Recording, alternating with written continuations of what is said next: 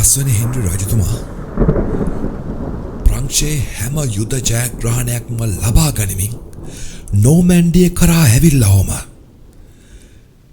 නෝමැන්ඩියේ ඉඳලා කාන් කියන ප්‍රදේශයට ඇවිල්ලා ඒ තියෙන ලොකුම සොහොනට එනවා. ඉන්නවා ඒ පළවෙනි විලියම් රජතුමාගේ සොහොන කරා තමයි ඔය පස්වෙනි හෙන්රි රජතුමා පියමන් කරමින් ඉන්නේ.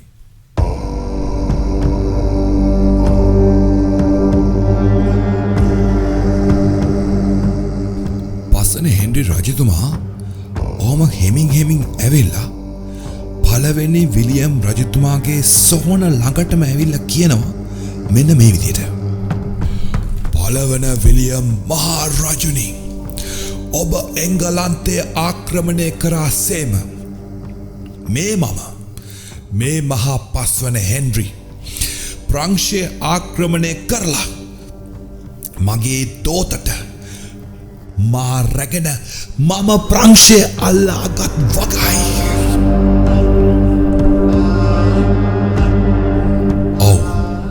අවසානයේදී පස්වෙනි හෙන්රි රජතුමා ප්‍රංශයේ භාරකරුව බවට පත්වෙනවා.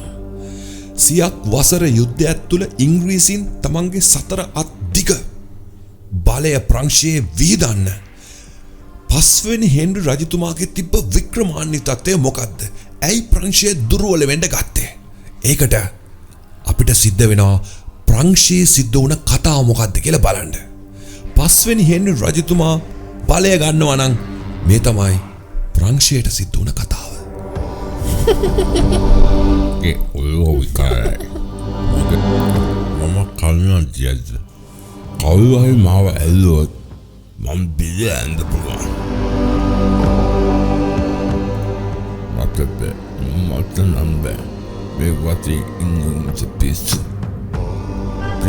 පිස්සු.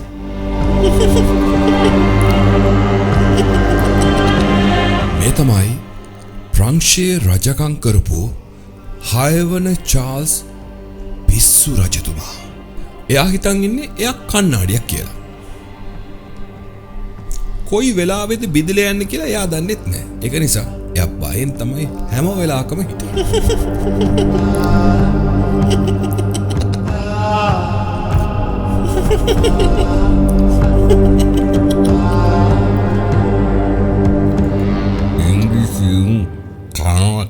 अपने पास हिस्सा करने भेजिए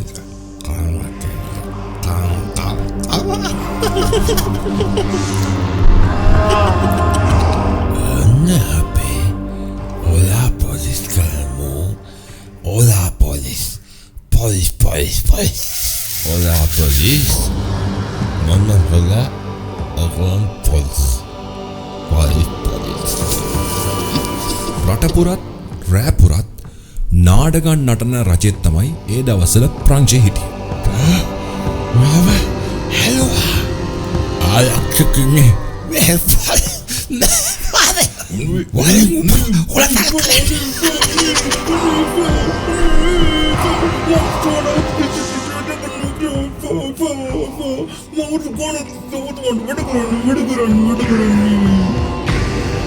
ඔය වගේ පරණ මිනිසුන් විතරක් නෙමෙයි අති දක්ෂ මිනිසුන්වත් සැකයක් ආවනම් ඒ මොහොතේම හිස ගසලා ඒ මිනිසුන්ව නැති කරා කියලා තමයි මේ පිස්සු රජතුමා ප්‍රංශයේ පිස්සු රජා වශයෙන් හඳුන්වලාගන්නේ 6 වන චාල්ස් රජතුමා.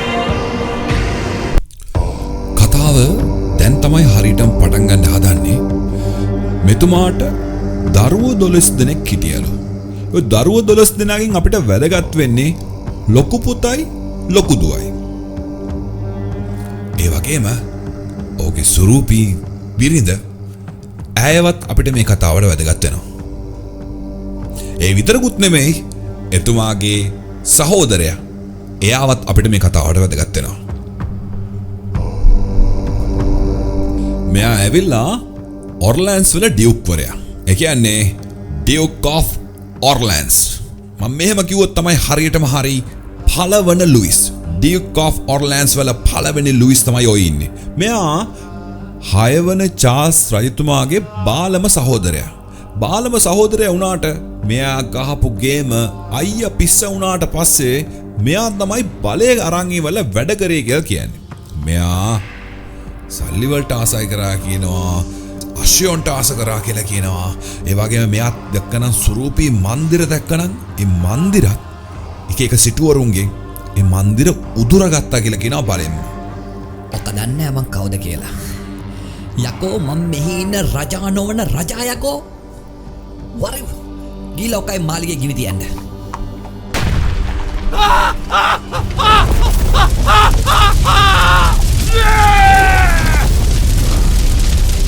ඒ කාලේ එයා ආස කරපු දෙයක් දුන්නේ නැත්තම් ඒ දුන්නේ නැති මිනිස්සුන්ගෙන් බලෙන් උදුරන් අරන් ආවා කියලා කියනවා වස්තුව.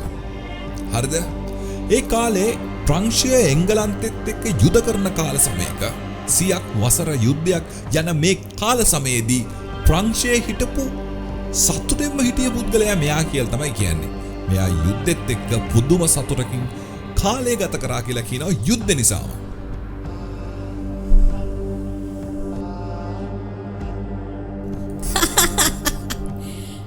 සල්ලි සල්ලි දෙයන්ගේ මල්ලි. දැන් ඔයගලන්ට ඉස්සරහට පෙනෙයි මෙයා කරපු ඊළඟ නරකම දේ.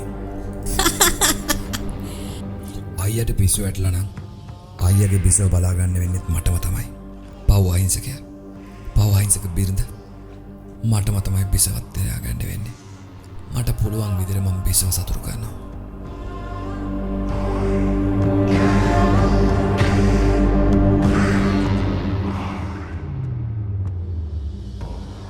පරයා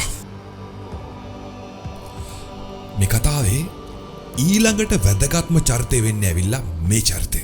ඒ තමයි බ්‍රගන්ඩියන් වල හිටපු ඩියුක් කොරියා. Duke of Burgundian John the Fearless. කාටවත් බය නැති නිර්භීත ජෝන්. පැරිසියේ රාජ්‍ය බලය දෙපැත්තකට කැඩලා යනවා. එක පැත්තක් ඔර්ලෑන්ඩ්ස් වලට යනවා. අනිත් පැත්ත බ්‍රගන්ඩියට යනවා. ඒකට හේතුව මොකද? ප්‍රංශය පාලනය කරපු රජා පැරිසියේ හිටපු රජාට පිස්සු වැටලා හිටිය නිසා.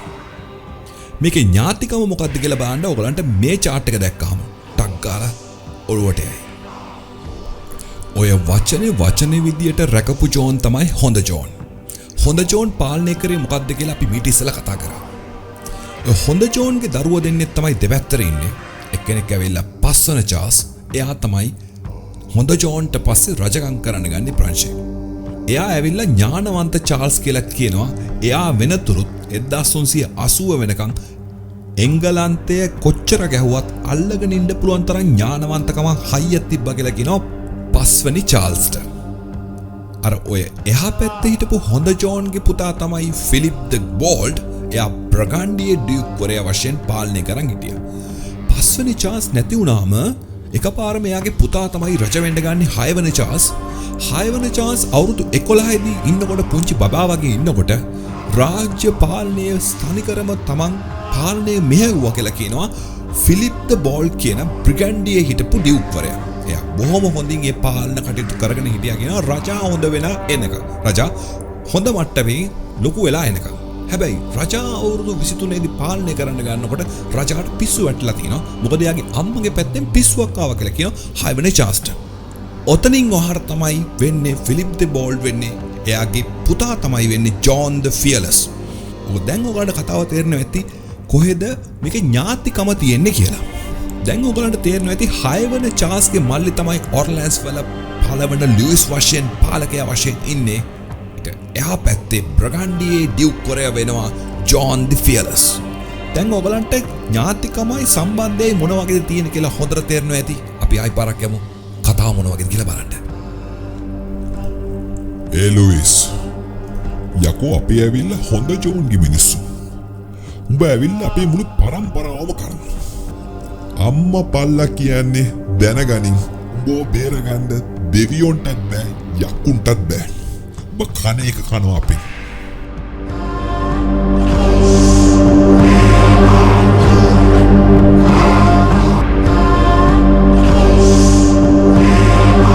දවස ඇවිල්ලා 1407 නොවැම්බර් මාසේ 23 වෙනිදා.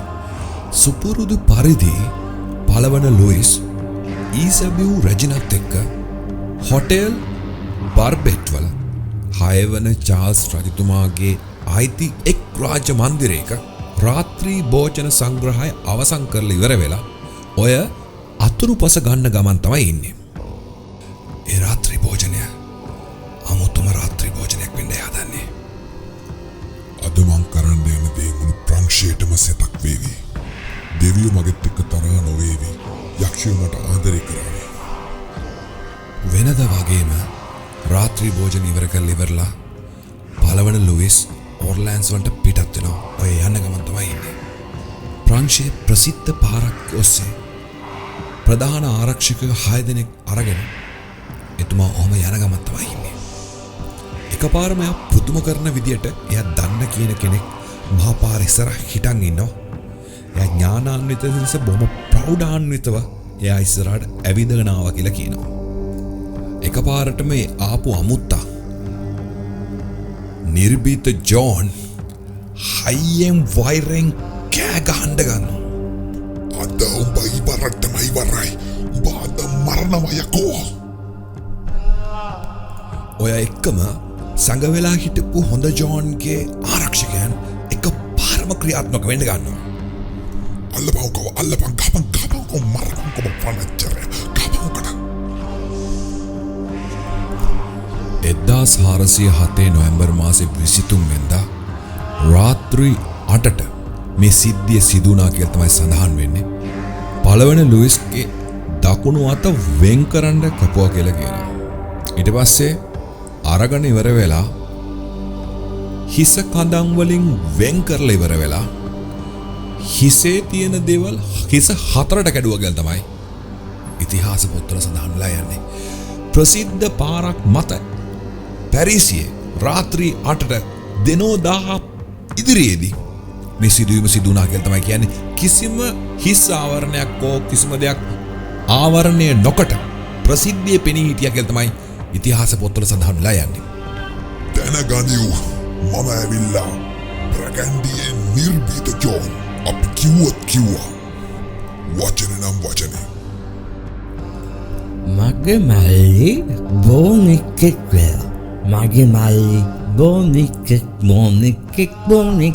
බෝ. 6-4ක් නොතේරෙන 6 වන පිස්සු චාල්ස් රජතුමා තමන්ගේ සහෝදරයා මැරුණා කියනවත් දන්නේ නැතුව පිස්සුවෙන් නටනමයි ඉන්න ගමන් තැත්තු ගන්නු ඊසබිව් රැජින ඔය ඉන්නේ 7 වන චාල්ස් පුංචි දරුවත් එක්ක තැත්ති ගැනලා මුළු ලෝකෙම විනාශ වුණා කියන හැඟීමෙන් තමයි ඉන්නේ. ওই දරුවත් කැටගෙන ඉන්නේ. තමන්ගේ පුතත් අරගෙන තමයි ඔය ඉන්නේ.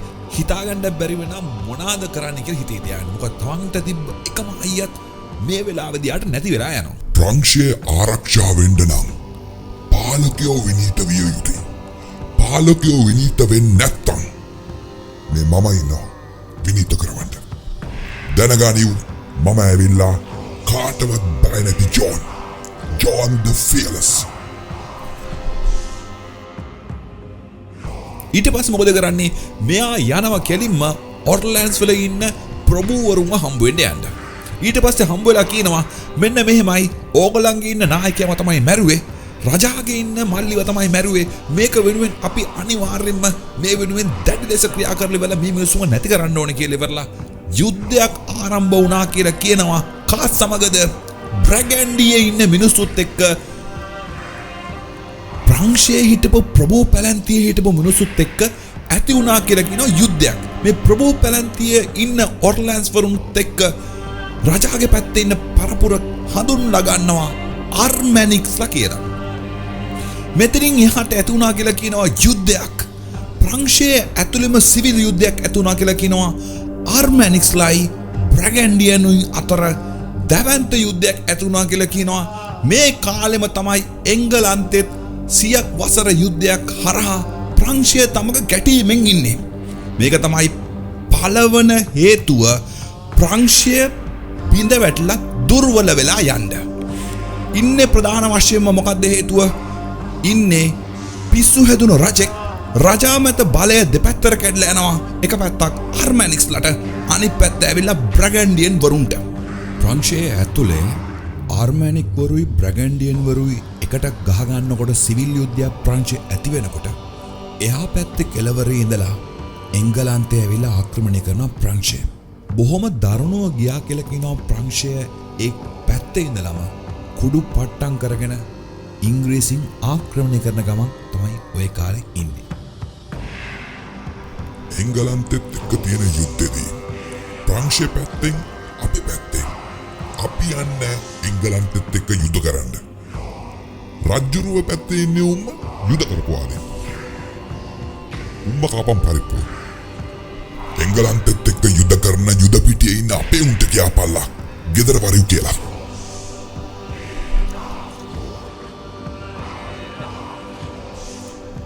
නිර්භීත ජෝන් ඊට පස්සේ පැරිසියේ ඇතුළේ කැරැල්ලක් ඇති කරන්න ගන්නවා. ඒකට හේතුව පැරිසියේ හිටපු මිනිස්සු හැමතිස්සෙම එංගලන්තෙත් එක්ක යුද්ධ කරපු නිසා. ඔහු බැලුවා ආර්ථික වශයෙන් බිඳවට්ටල ඉවරලා පැරිසියේ බලය ඇති කරන්න කැරැල්ලක් ඇති කරන්න ගන්නවා. හැබැයි ඒ කැරැල්ල අසාර්ථක වෙලා යනවා. ඔය ඉන්නේ නිර්භීත ජෝන්ගේ පුතා. පුතාට කියනවා මෙන්න මේ විදිහට කියනවා මගේ පුතේ ඔයාගේ නම මොම තියන්නේ පිලිප් ද ගුඩ් කියලා. ඔයා ඇවිල්ලා හොඳ මිනිස්සෙක් නිසා ඔයාට හොඳ පිලිප් කියලා නම තියෙනවා. ඔයාගේ පරම්පරාවින් ආය හොඳ මිනිස්සු අපි හොඳ ජෝන් ළඟින් පැවතෙන මිනිස්සු අපි ගුඩ් ජෝන් ළඟින් එන්නේ. ඒක නිසා කවමදාවත් නීතිය ඉගෙන ගන්නකොට ලේට ලේ පරිගැනීම අපි අතර නැහැ. අපි වචන නම් වචන ක්‍රියාත්මක කරන මිනිස්සු. ඒක නිසා දේශපාලනයේ විද්‍යාවක් වශයෙන් ඉගෙන ගන්න ඕනි පාලනය කරන්නේ කොහොමද කියලා. ඇත්තටම එංගලන්තයේ ඉන්න විනීතයි පිළිවෙලයි. ඒ වුණාට අපි එංගලන්තයේ ඉන්න නෙමෙයි. අපේ තියෙන ප්‍රංශලේ. ඒක නිසා අපි ප්‍රංශයට අවධානය යොමු කරන්න ඔයා හොඳ පාලකයෙක් වෙන්න ඕනේ. නිවැරදි තීරණ ගන්න. තමන් දන්න හැම ශිල්ප ශාස්ත්‍රයක්ම නිර්භීත ජෝන් ඒ කියන්නේ ජෝන් ද ෆියර්ලස් උගන්වනවා තමන්ගේ පුතා වෙච්ච පිලිප් ද ගුඩ්. ඒ කියන්නේ හොඳ පිලිප්ට උගන්වනවා හොඳ පාලකයෙක් වෙන්න හරි විදියට නිවැරදි තීරණ ගන්න ක්‍රෝධයෙන් වෛරයෙන් තීරණ ගන්න එපා කියලා.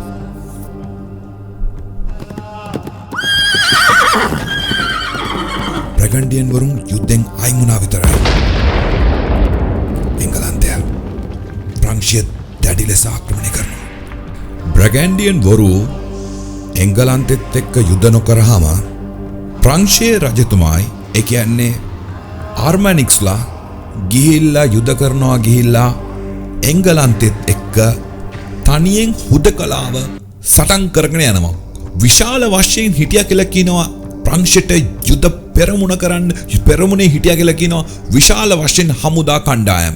හැබැයි 1415 ඔක්තෝබර් මාසේ 25 වෙනිදා ඓතිහාසික දවසක් වෙනවා එංගලන්තෙට.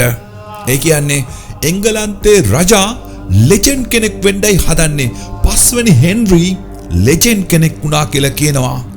අජින්කොට් කියන මහා යුද්ධෙදී Battle of Agincourt කියලා මහා යුද්ධකින් එංගලන්තය අති විශිෂ්ට ජයග්‍රහණයක් ලබනවා.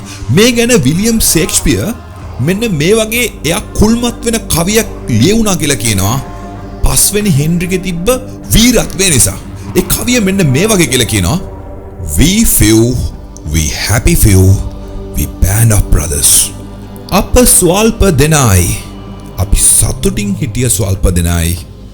අපි සහෝදරයන් කණ්ඩායමක් ගිහිල්ලා අති විශිෂ්ට හමුදාවක් සමූල වශයෙන් නැති කරලා ඉවරලා එංගලන්තේ අභිමානය ප්‍රංශයේ සනිටුවාන් කරා කියලා කියනවා Battle of Agincourt වලදී. මෙතනින් යාට මොකද වෙන්නේ?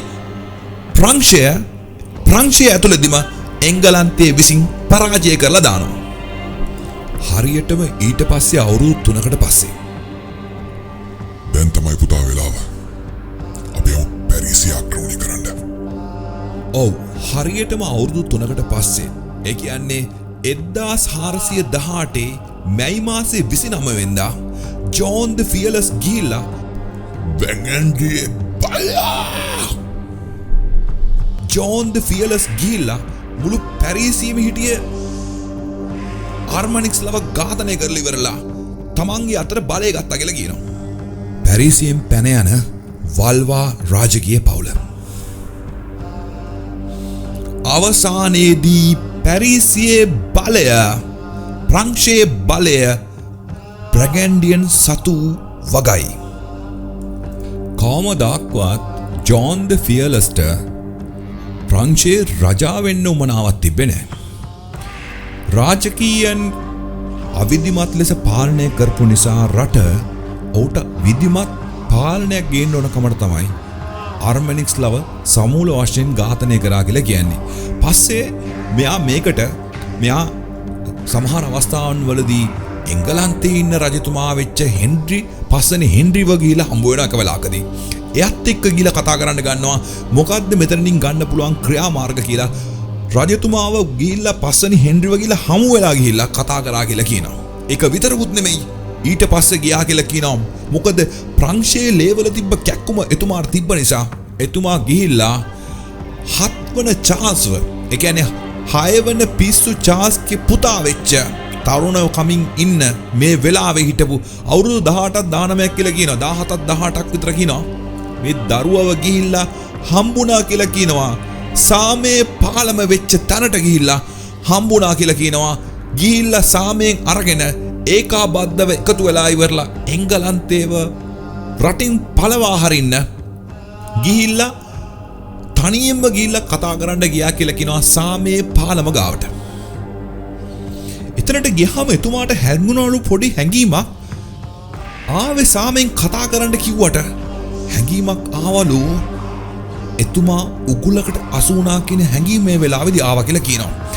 එකපාරම ඒ තරුණ ලේවල කැක්කුම තිබ්බ.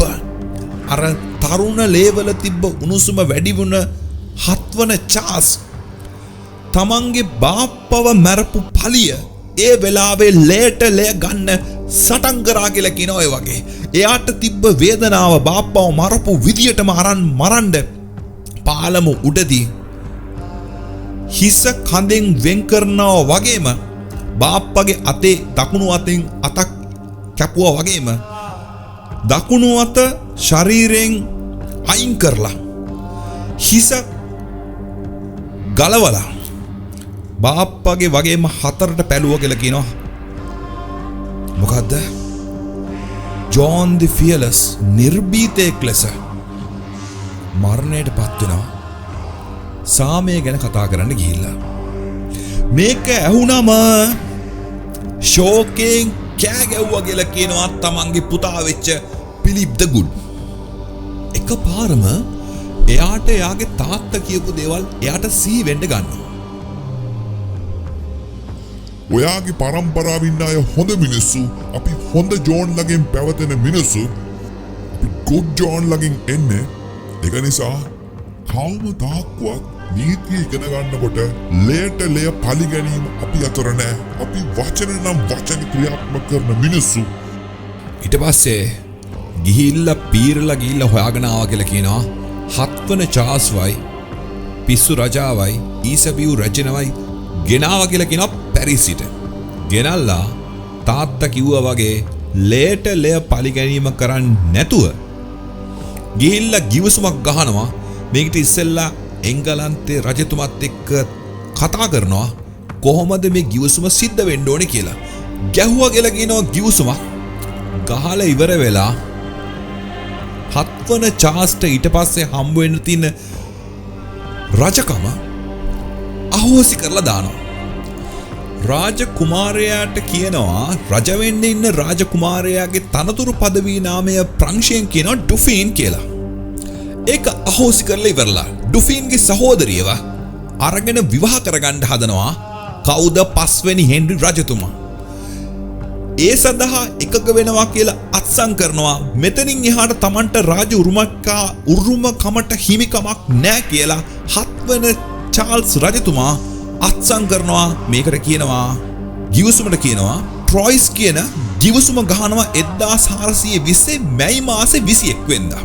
ගහලිවර වෙලා ප්‍රංශයෙන් තමන් උරුමකාරයා නොවෙයි කියලා ගිවිසුමකට ගිවිසුම් ගත වෙලා ඉවර වෙලා එංගලන්තේ රජතුමා ප්‍රංශයේ උරුමකාරයා බවට පත් වෙනවා මෙතනින් එහාට. ඒ කියන්නේ කිසිම යුද්ධයක් නැතුව ප්‍රංශයේ උරුමකාරයා බවට පස්වැනි හෙන්රි රජතුමා නිතරගෙන් පත් වෙන්න ගන්නවා. ඒ කවුරු නිසාද? ඒ ඇවිල්ලා බ්‍රගැන්ඩියන් වරුන්ගේ සහයෝගය මත. අන්තිමට එංගලන්තේ ඉන්න රජතුමා පාවඩ දාලා ආවා කියලා තමයි කියන්නේ ප්‍රංශයේ පැරිසියට. ඇවිල්ලා විවාහ කරගත්තා කියලා කියනවා. 6 වන චාල්ස් පිස්සු රජාගේ දියණිය වෙච්ච කැතරින් ඔෆ් වල්වා වල්වාවල කැතරින්වා විවාහ කරගන්න එනවා 5 වෙනි හෙන්රි රජතුමා. කතාව සියක් වසර යුද්ධය මෙතනින් අවසන් වෙන්නේ නැහැ. මේ කතාවේ කතාවල කතානායිකා වෙන්නේ දැන් තමයි එන්නේ.